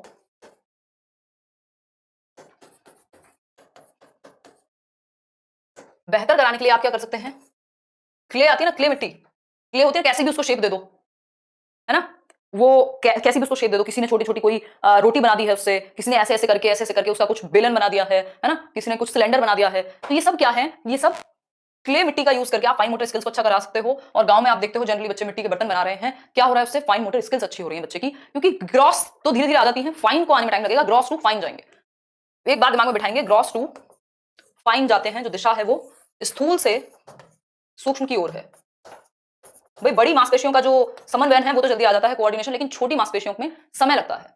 चावल के दाने बीनना या फिर उसमें से वो निकालना, वो जो आती है ना उसमें गंदगी या कीड़े, वो या गेहूं में भी ऐसे करते हैं लोग, वो फाइन मोटर स्किल्स है, क्योंकि आपकी आंखों का और आपके हाथ का कोऑर्डिनेशन है ना। जब आपके ब्रेन का और आपके हाथों की मसल्स का कोऑर्डिनेशन, सिंक्रोनाइजेशन एक साथ चलना हो, तो वो क्या है, फाइन मोटर स्किल है। देखो भांजा अखिलेश कह रहा है मेरा भांजा पेन मुट्ठी में पकड़ता है, वो ग्रास्पिंग रिफ्लेक्स है कि बच्चे के हाथ में जो भी आएगा वो ग्रास्प कर लेगा। ये स्कीमा में है, हमारे इनबिल्ट जन्म से होता है, जब प्याजे पढ़ेंगे तब करेंगे उस पे। फाइन मोटर स्किल होती है जब आप यूज कर पाओ प्रॉपर कोऑर्डिनेट करके, भाई पेंटिंग करनी थी बिल्कुल वैसी ही बनी जैसी चाहिए थी, तो फाइन मोटर स्किल्स पे कंट्रोल है आपका, अच्छे से डेवलप हुई है। ठीक है, पपेट शोज भी होते हैं एग्जैक्टली, आर्चरी में भी वही यूज होगा, सही बात है। चलते हैं वापस, फाइन मोटर को हमने कर लिया, अब हम संज्ञानात्मक विकास की बात कर लेते हैं थोड़ी सी। अगर बात करें संज्ञानात्मक विकास की, तो संज्ञानात्मक विकास किससे जुड़ा हुआ है? जो हमारी प्रोसेस ऑफ नॉलेज मेकिंग है, कंस्ट्रक्शन ऑफ नॉलेज है, वो सब दिमाग से हो रही है। हाँ बिल्कुल आती है साक्षी, डी प्लस में बिल्कुल आती है, आपकी सीडी 100 नंबर की आती है। हाँ, फटकना ग्रॉस हो जाएगा। बच्चों को सिखाते हैं प्रॉपर पेंसिल कैसे पकड़ेंगे, क्योंकि ग्रॉस मोटर तो आता है बट फाइन में समय लगता है। हाँ, स्पेशल एजुकेशन में ये सारी एक्टिविटीज कराई जाती हैं फाइन मोटर स्किल्स को डेवलप करने के लिए। देखिए कॉग्निटिव डेवलपमेंट की यदि हम बात करें संज्ञानात्मक विकास की, तो ये हमारी मानसिक क्षमताओं से, ये बात बिल्कुल समझ लीजिएगा, बहुत बार पूछता है। मेंटल स्किल्स से जुड़ा हुआ विकास, मेंटल या फिर इंटेलेक्चुअल, हमारी बौद्धिक कौशलों से जुड़ा हुआ विकास क्या है? कॉग्निटिव डेवलपमेंट है। दिमाग की जितनी भी क्षमताएं हैं, दिमाग की जितनी भी क्षमताएं हैं वो सब कॉग्निटिव डेवलपमेंट में आती हैं। वो सब क्रेयॉन से कलर करना ऑब्वियसली फाइन मोटर स्किल है यार, सूक्ष्म गतिक कौशल है, सूक्ष्म गतिक कौशल है। ड्राइविंग तो फाइन फाइन नहीं है, ग्रॉस मोटर स्किल है, क्योंकि आपकी आर्म्स यूज हो रही है ना, हाथ, ये वाली फिंगर्स का थोड़ी कोऑर्डिनेशन है ड्राइविंग। देखिए अगर हम बात करें, ऐसे बहुत सारे एग्जांपल तलाशना अपने आसपास और खुद लिखना और खुद सोचना। स्विमिंग भी ग्रॉस मोटर स्किल आएगा उसमें ज्यादातर। ठीक है बात, आगे बढ़े। कॉग्निटिव डेवलपमेंट की यदि हम बात करें, भाई देखो आपको सारे सब्जेक्ट की पेडागोजी इस बैच में पढ़ने की बिल्कुल आवश्यकता नहीं है। इसमें ऑलरेडी बाल मनोविज्ञान है, चाइल्ड डेवलपमेंट है, एजुकेशनल साइकोलॉजी है, फिलॉसफी का कुछ हिस्सा है, पेडागोजी का इसमें इतना बड़ा हिस्सा है ना। और अगर हम बात करें हिस्ट्री ऑफ एजुकेशन की, इसमें इतनी बड़ी बात है, बहुत सारी चीजें हैं। कहीं भी आपसे किसी भी पेपर में सारे सब्जेक्ट की पेडागोजी नहीं पूछेगा। क्यों? सिर्फ डी प्लस में 2-4 क्वेश्चन आते हैं, उसके लिए आप बुक से भी प्रैक्टिस कर लेना, सिर्फ सीटेट के क्वेश्चन, तब भी वो निकल जाएंगे। तो समय व्यर्थ करना है अगर बाकी सब्जेक्ट की पेडागोजी आप इस बैच में पढ़ेंगे, तो बेकार में आप जो अच्छे टॉपिक कर सकते थे ना आने वाले, उनको छोड़ के उन्हें करेंगे जो आप ऑलरेडी पढ़ चुके हैं सीटेट में। देखिए मानसिक क्षमताओं से जुड़ी हुई जितनी भी हमारा दिमाग है ना, मेंटल स्किल्स से जुड़ी हुई जितनी भी एक्टिविटीज हैं, वो सब कॉग्निशन में आते हैं, संज्ञान में आते हैं। ठीक है बात। मॉरल डेवलपमेंट होता है हमारे अंदर प्रिंसिपल्स हो, कुछ सिद्धांत हो कि सही और गलत क्या है, उसमें हम डिफरेंस कर पाए। ठीक, बहुत कुछ होगा, जो होगा उसको अच्छे से कर लोगे ना, रोकेगा नहीं आपका पेपर कोई। हाँ उपेंद्र बिल्कुल। देखिए कॉग्निटिव डेवलपमेंट यानी मानसिक क्षमता है। Cognition deals with the process of knowing, जो संज्ञान है वो हम ज्ञान निर्माण कैसे करेंगे इस प्रक्रिया से जुड़ा हुआ है। जो संज्ञानात्मक प्रक्रिया है, लिखना फाइन मोटर स्किल्स में आता है सागर, लिखना राइटिंग जो है वो सूक्ष्म गतिक कौशल में आता है। अरे टीचिंग मेथड मैं पढ़ाऊंगी ना, आप पहले इतनी टेंशन क्यों ले रहे हो? मैंने जो ओवरऑल आपको बताया है उसमें लगभग हर चीज शामिल है, बस मैंने आपको एक एक पॉइंट वो 100 पॉइंट्स में नहीं बताया तोड़ करके, उसके अंदर बहुत सारे पॉइंट्स। अगर ऐसे करते तो हम सिलेबस कभी डिस्कस ही ना कर पाते। समझो बात को, अंदर बहुत सारे पॉइंट्स हैं। Cognition deals with the process of knowing, यानी जानने की प्रक्रिया से जुड़ा हुआ है संज्ञान, कि आप नॉलेज कैसे कंस्ट्रक्ट करेंगे दुनिया में, इसी से जुड़ा हुआ है संज्ञान। जानने की प्रक्रिया से जुड़ा हुआ है संज्ञान, हम ये कहेंगे, बिल्कुल बात सही है। It involves mental processes like thinking, ये अपने अंदर किस तरह की प्रोसेसेस, किस तरह की प्रक्रियाएं समाहित करता है। सोचना, चिंतन, तर्क करना, प्लानिंग करना, दिमाग से करोगे ना, डिसीजन मेकिंग करना, आप क्या कर सको, आप डिसाइड कर सको, आप डिसीजन मेकिंग कर सको, मतलब आप निर्णय ले सको।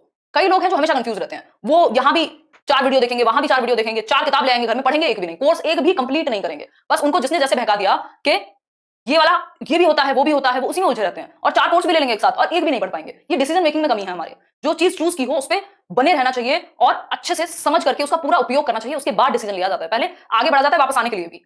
समझ पा रहे हो बात या नहीं? भाई प्रॉब्लम सॉल्विंग हुई, डिसीजन मेकिंग हुई, ये सारी क्षमताएं, जितनी भी मेंटल स्किल्स हो सकती है, मानसिक क्षमताएं जो हम दिमाग से कर रहे हैं, चाहे वो हमारे कॉन्सेप्ट्स का निर्माण हो, भाई दिमाग में तो बनेंगे। जो संप्रत्यय हैं, एक कॉन्सेप्ट, जितने भी कॉन्सेप्ट हैं वो सब दिमाग में ही बनते हैं, जो भी संप्रत्यय हैं, चाहे स्पेन को लेकर के हो, चाहे किसी भी एक चीज को लेकर के हो। ठीक, फिर इसके बाद अगर हम बात करें थिंकिंग, यानी सोचना, चिंतन करना, रीजनिंग यानी तर्क करने से संबंधित चीजें। भाई आप रीजन भी तो दिमाग से करेंगे, प्लान आप कैसे करेंगे? दिमाग से करेंगे। लैंग्वेज कहां है? दिमाग में ही है। डिसीजन मेकिंग, भाई निर्णय लेना है, आपको जीवन में कहीं फंसे हुए कंफ्यूजन है, कोई प्रॉब्लम को सॉल्व करना है। इवन आपका परसेप्शन, कोई दिक्कत नहीं शिवम, इवन आपका परसेप्शन, इन सबको फिर से लिखेंगे। भाई कॉग्निटिव डेवलपमेंट में क्या क्या चीजें आ सकती हैं, आने को तो पता नहीं क्या क्या आ जाए, बट आपको दिमाग लगाना है कि जो भी चीजें दिमाग से जुड़ी हुई है, कॉग्निटिव डेवलपमेंट या कॉग्निशन में, संज्ञान में क्या क्या आएगा, संज्ञान में, संज्ञानात्मक विकास में क्या क्या चीजें आ सकती हैं। तो हम कहेंगे क्या? थिंकिंग यानी सोचना, चिंतन करना, दिमाग से करोगे। कॉन्सेप्ट फॉर्मेशन यानी संप्रत्तियों का विकास या निर्माण। ठीक, डिसीजन मेकिंग, डिसीजन मेकिंग मतलब निर्णय ले पाना, ये भी दिमाग से ही होगा। ठीक, प्रॉब्लम को सॉल्व कर पाना, प्रॉब्लम सॉल्विंग, प्रॉब्लम सॉल्विंग। और यदि हम बात करें आपकी अटेंशन, जो दिमाग से आप अवधान या अटेंशन, अटेंटिव होकर पढ़ पा रहे होगे ना, तो आपकी अटेंशन, आपकी मेमोरी यानी आपकी स्मृति, चीजों को ध्यान भी तो आप दिमाग में ही रखते हो, मेमोरी, परसेप्शन जो आप दिमाग में क्रिएट करते हो किसी भी चीज को लेकर के, सेंसेस आपके दिमाग में इंफॉर्मेशन पहुंचाते हैं, उससे आप एक परसेप्शन, एक नजरिया क्रिएट करते हो, वो भी इसी में आएगा, है ना। प्लान कर रहे हो आप किसी चीज को, ऑब्वियसली इसी का हिस्सा है, किसका, कॉग्निशन का। बेसिकली जिसके थ्रू आप चीजें जान पाते हो, जिसके थ्रू आप चीजें समझ पाते हो, वही कॉग्निशन है। लैंग्वेज भी आपकी, लैंग्वेज डेवलपमेंट जो है वो कॉग्निशन में ही आएगा। दिमाग में ही है ना लैंग्वेज, या फिर हाथों में लेके घूमते हो लैंग्वेज को? बताओ एक बार।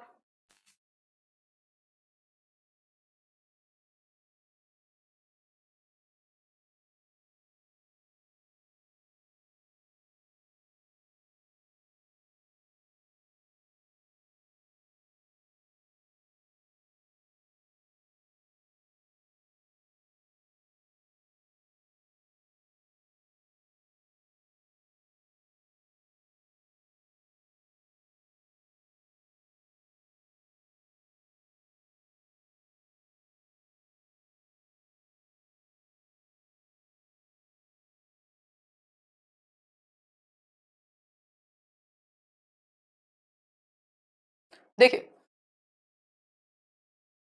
किसे अवेलेबल कराना सुष्मिता? देखो, लैंग्वेज डेवलपमेंट कई लोग कहते हैं कैसे हिस्सा है कॉग्निशन का। ये आपका ब्रेन है, इसके दो पार्ट होते हैं, एक होता है लेफ्ट हेमिस्फीयर, एक होता है राइट हेमिस्फीयर।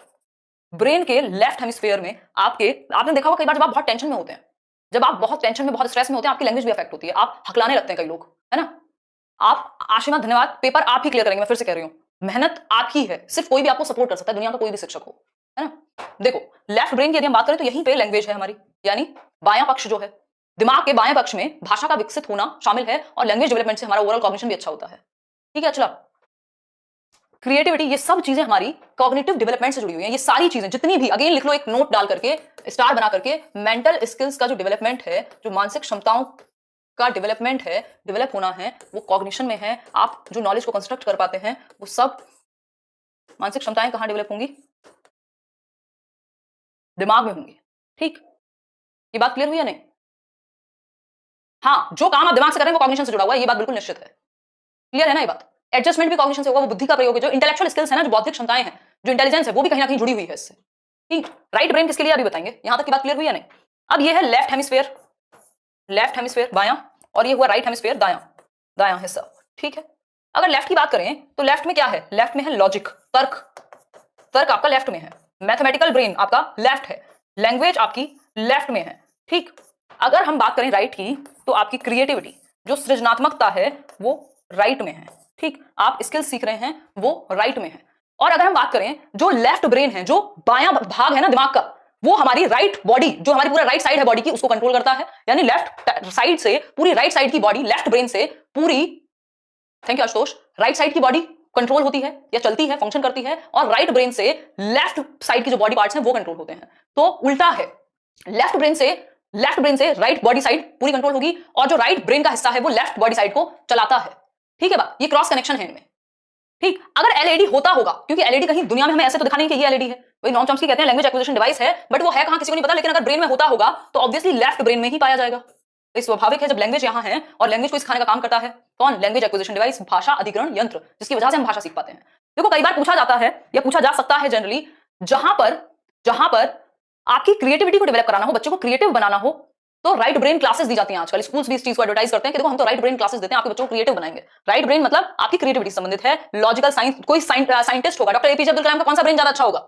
भाई साइंटिफिक थे, लॉजिकल ब्रेन अच्छा होगा, है ना। बिल्कुल हो जाएगा हर्षित, ठीक है पूजा, हो जाएगा। क्लियर है बात या नहीं? देखो, पढ़ने का कोई अंत नहीं है, इसके साथ में जितना चाहो पढ़ सकते हो, लेकिन इतना तो अच्छे से करो, बहुत बढ़िया। और भी ये बात क्लियर हुई? क्या क्या पढ़ा हमने? कॉग्निटिव डेवलपमेंट यानी संज्ञानात्मक विकास की यदि हम बात करें, बहुत बढ़िया जगमोहन, तो संज्ञानात्मक विकास में आपकी कॉग्निशन में आपकी जितनी भी नोइंग की प्रोसेस है, चीजों को जानने की प्रोसेस है, वो आ जाती है।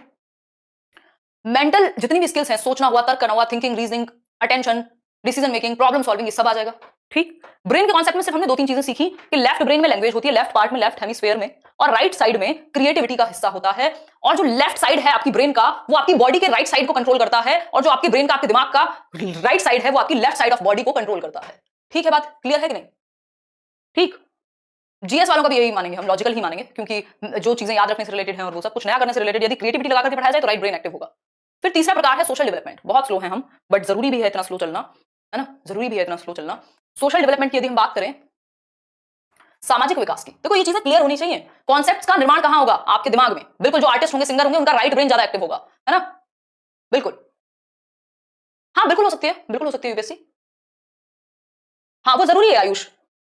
ओ बिल्कुल प्रिया, आप इंस्टाग्राम में मेल कर दीजिए, क्योंकि जरूरी है। अगर इलेबोरेशन नहीं होगा ना, देखो इतना अगर समझ के जाओगे ना, इतनी चीजें आपके दिमाग में सेट होती हैं और पेपर में सिर्फ इतनी ही जरूरत पड़ेगी, इतना पढ़ा, इतना दिमाग में सेट हुआ और इतनी की जरूरत पड़ी, क्योंकि एमसीक्यूज आने हैं at the end of the day. ठीक है, अब ये सीटेट नहीं है, इसका दायरा बहुत बड़ा है। देखिए सोशल डेवलपमेंट की यदि हम बात करें, और तभी ये क्लास 5 दिन है, नहीं तो जनरली बाकी बैचेस में 3 दिन से ज्यादा मेरी क्लास होती नहीं है। उसका रीजन है क्योंकि वहां to the point main main chapters पढ़ने हैं। यहाँ आपको जितना हो सके डीप में पढ़ना है कि दिमाग में चीजें सेट हो। 5 महीने का टाइम क्यों है? क्योंकि 5 महीने में समझ बननी शुरू हो जाएगी। जो आपने 2 साल में नहीं पढ़ा होगा अपने डाइट और बीएड में, वो आप इन 5 महीनों में पढ़ लेंगे। ठीक है प्रियंका, धन्यवाद। बढ़ते हैं आगे। सोशल डेवलपमेंट यानी सामाजिक विकास। भाई मनुष्य एक सामाजिक प्राणी है, हम क्या है? हाँ लैंग्वेज लेफ्ट में होती है, बिल्कुल बिल्कुल सुष्मिता जी, मैं अच्छा फील कर रही हूँ, पहले से तबीयत अच्छी है और मैं आजकल एक्सरसाइज भी कर रही हूँ 3 दिन हफ्ते में। सोशल डेवलपमेंट की यदि बात करें सामाजिक विकास की, तो सामाजिक विकास क्या है भाई? सोसाइटी में अडेप्ट करने का, एडजस्ट करने का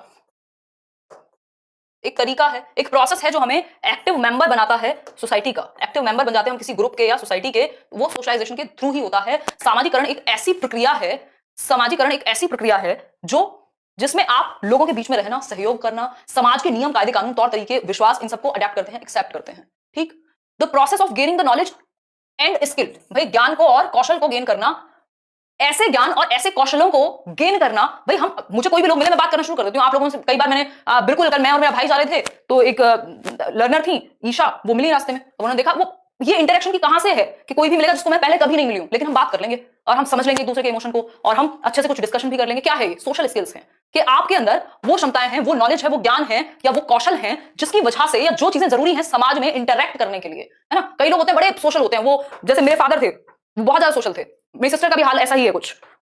दुनिया की कोई शादी हो भारत के किसी भी कोने पे, वो छोड़ते नहीं थे, है ना। या कोई किसी महासभा में जाना है, कोई कुछ है कम्युनिटी का, हर चीज में एक्टिव, स्कूल में सेक्रेटरी हैं, ये है वो है, बहुत जरूरत से ज्यादा एक्टिव। तो ऐसे लोगों में क्या कहेंगे हम? वो स्किल्स हैं, वो नॉलेज है जो समाज में इंटरेक्ट करने के लिए जरूरी है ना। अब ये सबकी अपनी चॉइस है। देखो ऐसा तो नहीं कि आप एंटी सोशल बन जाओ, लेकिन आपको कितना समय देना है, आपका माहौल कैसा है, आपका काम का नेचर कैसा है, ये आप पे डिपेंड करेगा। तो ये स्किल्स होती है सोशल स्किल्स। अब ये नहीं कहेंगे जिनमें नहीं है वो बिल्कुल खराब है, भाई चॉइस भी तो है। कई लोग नहीं चाहते कि हम सारी दुनिया की चीजों में इन्वॉल्व रहें। ठीक, तो सोशल स्किल्स में आपकी नॉलेज और स्किल्स आएंगी कैसी? जिसके थ्रू आप समाज में इंटरेक्ट कर पाओ, लोगों को समझ पाओ और लोगों को समझा पाओ खुद को। ठीक है बात। तो the process of gaining the knowledge and skill ऐसी प्रक्रिया है जिसमें आप वो ज्ञान, वो कौशल एक्वायर करते हैं जो चाहिए होते हैं इंटरेक्ट करने के लिए, अंतःक्रिया करने के लिए लोगों के साथ। भाई 4 बच्चे क्लास में, और मेन जो फंक्शन है ना स्कूल का, वो सोशलाइजेशन ही है कि हम एक दूसरे के साथ कोऑपरेट करना सीख जाएं, सहयोग करना सीख जाएं, कोलैबोरेट करना सीख जाएं, फिर हमारे घर में कुछ ज्यादा ही सोच रहे हैं लोग, जरूरत से ज्यादा। हमारे यहाँ जागरण हुआ था तो 1500 लोग आए थे। शादियों में नहीं आते लोगों के 1500 लोग, मतलब मम्मी का पूरा स्टाफ है 4 स्कूल्स का, पापा का पूरा स्टाफ है, हमारा ये है। तो ये कुछ घरों की प्रॉब्लम है, ये एक बीमारी है, बीमारी नहीं है, मजाक कर रही हूं। खैर, तो ये बेसिकली जो हमारे पीयर ग्रुप है, जो हमारी फैमिली है, जो हमारी सोसाइटी है, उन सबका प्रभाव है। जो लोग ज्यादा घुलते मिलते नहीं, ऑब्वियसली बच्चे भी ज्यादा घुलेंगे मिलेंगे नहीं, ज्यादा लोगों से कनेक्ट नहीं करेंगे। समझ पा रहे हो ना बात को? तो बेसिकली ये सबसे पहले शुरुआत फैमिली से ही हो रही है, और उस फैमिली का प्रभाव पड़ेगा आसपास के लोगों पे, या उन बच्चों पे, या उनके घर में जो अपब्रिंगिंग हो रही है। ठीक है, ये मैं थोड़ा सा आपका माहौल हल्का करने के लिए कुछ चीजें बीच में लाऊंगी। अगर रियल लाइफ इंसिडेंट्स ऐड नहीं करेंगे तो मजा नहीं आएगा। समझ पा रहे हो बात को? तो ये जरूरी है कि हम समाज में एक एक्टिव मेंबर बन पाए, समाज के इंटरेक्ट कर पाए। इससे क्या होगा? हमारी खुशी भी अच्छी होगी, हम गम भी बांट पाएंगे, है ना। तो कोऑपरेशन होगा, कोलैबोरेशन होगा, एक साथ एक दूसरे की बात को टॉलरेट करना सीखेंगे, ये सारी चीजें होंगी। ठीक, तो इस केस में कमेंट क्यों नहीं जा रहे आपके ऊपर? देखो एक बार मैं बोलती हूँ, उनको चेक करेंगे। कमेंट नहीं चलते ना, मजा नहीं आता 1 मिनट भी। देखो, तो हम कह सकते हैं कि बच्चे को हमें एक्टिव मेंबर बनाना है, जिसकी शुरुआत ये सोशलाइजेशन या सोशल डेवलपमेंट होगा कहां से? भाई सबसे पहले तो फैमिली में होगा। भाई फैमिली में अगर लोग एक दूसरे को नमस्ते इज्जत देते हैं, बात करते हैं एक साथ बैठ के, तो बच्चा भी ऐसे करना शुरू करेगा आगे, है ना। फिर पीयर ग्रुप आ जाते हैं, जो साथी समूह है, आसपास के दोस्त हैं, मोहल्ले पड़ोस के, नेबरहुड आ जाता है। इवन आजकल मीडिया का बहुत बड़ा रोल है, फेसबुक से लेकर के, और सबका मीडिया है आपका। स्कूल एक बहुत बड़ा एजेंट है सोशलाइजेशन का। कभी कविताएं हो रही हैं 26 जनवरी पे, कभी किसी को मौका मिल रहा है गेम्स में लीड करने का, किसी को क्लास मॉनिटर बना दिया, उसको पूरा एडजस्टमेंट सीखना है, किसकी शिकायत करनी है किसकी नहीं। तो ये सोशल डेवलपमेंट का हिस्सा है। समझ पा रहे हो बात को या नहीं? तो वो नेसेसरी स्किल्स जो आपको समाज में एक एक्टिव मेंबर बनाए, सोशलाइजेशन कहलाएंगे। सिंपल बात। क्वेश्चंस बिल्कुल करेंगे, मैंने बताया था शुरुआत में। इमोशनल डेवलपमेंट पे आते हैं। यदि हम इमोशनल डेवलपमेंट की बात करें, यानी सामवेगिक विकास की बात करें, भाई क्वेश्चन हफ्ते में 2 दिन होंगे या 1 दिन होंगे, डिपेंड करता है चैप्टर कितना बड़ा था उस वीक का। ठीक है, इमोशनल डेवलपमेंट की यदि हम बात करें सामवेगिक विकास की, तो इसमें आपके इमोशंस का, आपके संवेगों का विकास आएगा। Feeling and emotional responses to events, यानी आपकी फीलिंग्स, आप कैसा फील कर रहे हैं ये, और आप इमोशनली कैसा रिस्पॉन्ड करते हैं। कई बार आप गुस्से में होते हैं तो गुस्से में रिस्पॉन्ड करेंगे, जो भी घटनाएं घटती हैं उसके प्रति आपके इमोशंस, आपकी फीलिंग्स में परिवर्तन, इवेंट्स में परिवर्तन, और आप कैसे अपनी ही फीलिंग्स को और दूसरे की फीलिंग्स को, इमोशंस को समझ पाते हैं, उनको एक्सप्रेस कर पाते हैं और कंट्रोल कर पाते हैं, कितने आप अवेयर हैं अपने इमोशंस को लेकर, अवेयरनेस कितनी है, मैनेजमेंट कितना अच्छा है, ये भी तो आप बच्चे को सिखाते हैं। जब आप पहले दिन स्कूल जाते हैं तो रोते हुए जाते हैं, नाक निकल रही होती है यहां तक, ठीक है, और फिर आप धीरे धीरे मुस्कुरा के जाने लगते हैं, मतलब आपका इमोशनल डेवलपमेंट हुआ है। अब आप चुपचाप से बैग टांग कर चले जाते हैं, ठीक है। नहीं, ओवर सोशल तो एक डिफरेंट काइंड हो गया आकाश, इतना तो जरूरी हो जाता है ना कि आप मतलब क्या करें। दूसरा देखो, ओवर सोशल वहां है जब आप दूसरे के काम में या दूसरे की लाइफ में नाक घुसाएं, ओवर सोशल होना गलत है। या ओवर तो मतलब क्या ही कहेंगे, डिपेंड करता है कि आप दूसरे के स्पेस में, दूसरे के घर में जाके ये कहें अरे ये नहीं होना चाहिए था, ये होना चाहिए था। सोशल होने का मतलब है आप सबसे अच्छे से बिहेव कर रहे हैं, पार्टिसिपेट कर रहे हैं जहां जरूरत है, और समझने का प्रयास कर रहे हैं। ऐसे ही लोगों को लोग अपनी प्रॉब्लम्स या डिसीजन लेने के लिए भी कहते हैं, जो सच में जिनको पता है कि यार ये ना समझ पाएगा हमारी बात को, या सुनेगा हमारी बात को, हमें कोऑपरेट करेगा, सहयोग करेगा अगर जरूरत है तो। इसका मतलब ये नाक अपनी घुसेड़ दो हर एक चीज में, पोक नहीं करना दूसरों की स्पेस में, लेकिन समझना एटलीस्ट, ठीक है बात। ओवर तो हर चीज बुरा है, भारतीय संस्कृति में तो कहा ही जाता है कि भाई अति का तो कुछ भी भला नहीं होता। तो अपने इमोशंस के प्रति अवेयरनेस, अपने इमोशंस को मैनेज करना सीखना, कंट्रोल करना सीखना, ये सब क्या है, इमोशनल डेवलपमेंट का हिस्सा है, ठीक जी, क्लियर बात है।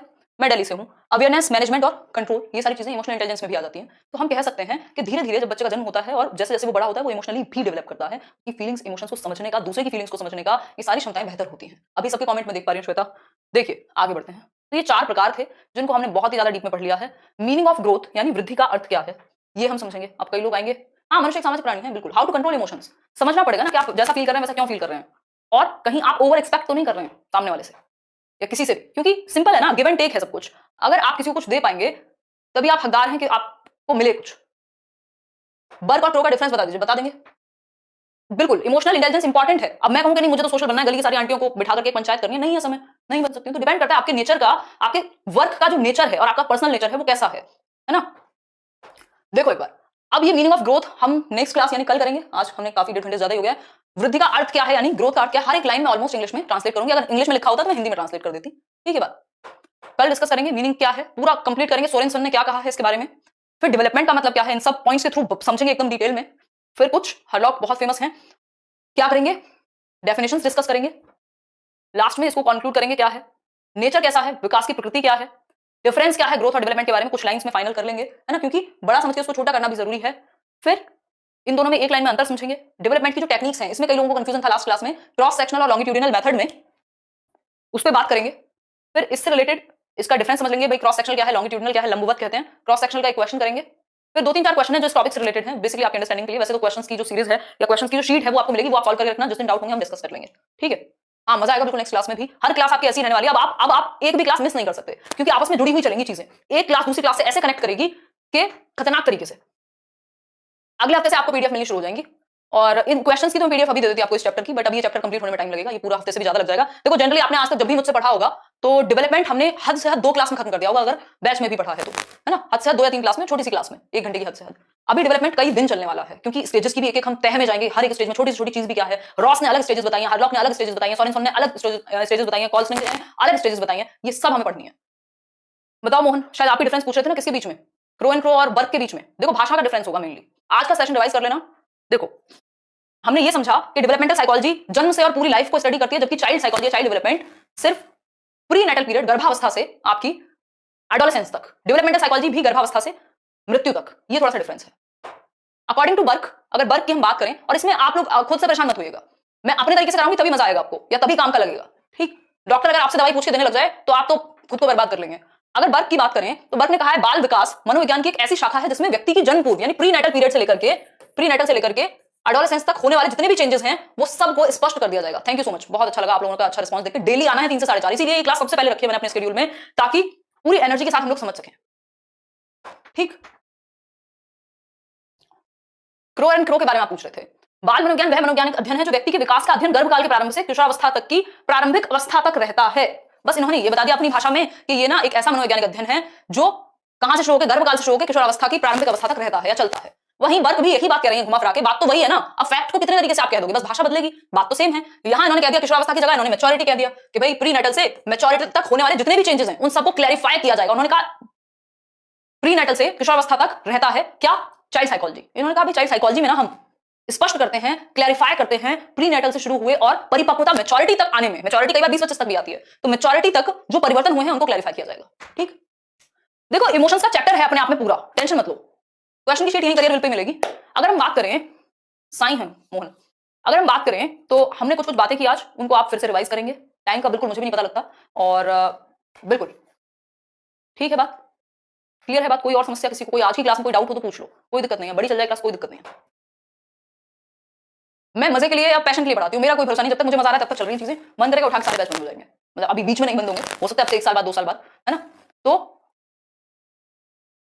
बिल्कुल हम कह सकते हैं कि अच्छा लगे सीखने में तब तो फायदा है, नहीं तो कोई फायदा नहीं है भाई। यूनिट 1 के नोट्स आपको मिल जाएंगे, बस हिंदी का ट्रांसलेशन उनका चल रहा है, इंग्लिश में वो तैयार है। ठीक, अगर हम बात करें पीपीटी भी चाहिए अब आपको यार, या तो नोट्स ले लो या तो पीपीटी ले लो, दोनों में से एक ही चीज दे पाएंगे। इस क्लास का पीपीटी लीजिए, अच्छा चलो देख लेंगे। अगर हम बात करें यहाँ, तो कोई पूछ रहा था, कोई चीज पॉइंट था किसी का, कुछ मिस हो गया।